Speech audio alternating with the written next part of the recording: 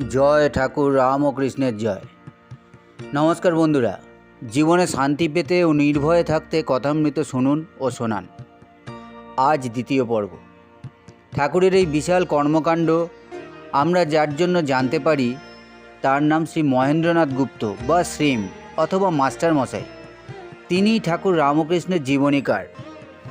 1261 সালের 30শে আষাঢ় শুক্রবার, ইংরেজি 1854 খ্রিস্টাব্দের 14ই জুলাই, মহেন্দ্রনাথ কলিকাতার শিমুলিয়ায় শিবনারায়ণ দাস লেনে জন্মগ্রহণ করেন। পিতার নাম মধুসূদন গুপ্ত ও মাতা স্বর্ণময়ী দেবী। মহেন্দ্রনাথ মধুসূদনের তৃতীয় পুত্র।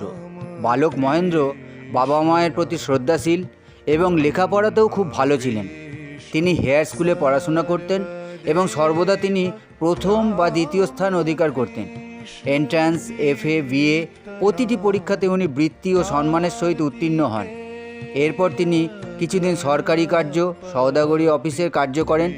রিপন স্ট্রিট মেট্রোপলিটন কলেজে ইংরাজি, অর্থনীতি ও মনোবিজ্ঞান নিয়ে অধ্যাপনা করেন। 1882 সালে যখন ঠাকুরের কাছে আসেন তখন তিনি বিদ্যাসাগরের শ্যামপুকুর ব্রাঞ্চ স্কুলের প্রধান শিক্ষক। ঠাকুরের অন্তরঙ্গ ভক্তগণ তাহার এই স্কুলের ছাত্র ছিলেন, তাই তাহারা ওনাকে মাস্টার মশাই বলিয়া ডাকিতেন। ঠাকুরও মাস্টার বলিয়া ডাকিতেন।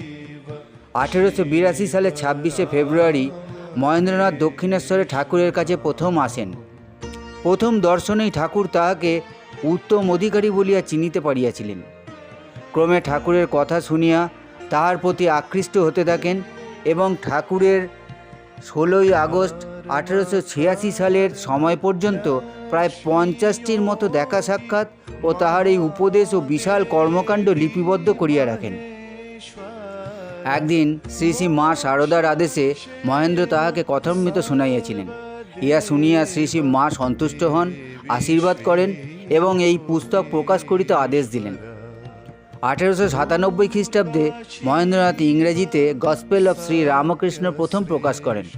এরপর শ্রী রামকৃষ্ণ কথামৃত শ্রীম কথিত বাংলায় 1902 সালে প্রথম খণ্ড ও দ্বিতীয়, তৃতীয়, চতুর্থ ও পঞ্চম খণ্ড যথাক্রমে 1904, 1908, 1910 ও 1932 সালে প্রকাশিত হয়। এরপর বিভিন্ন ভাষাতেও প্রকাশ পায়।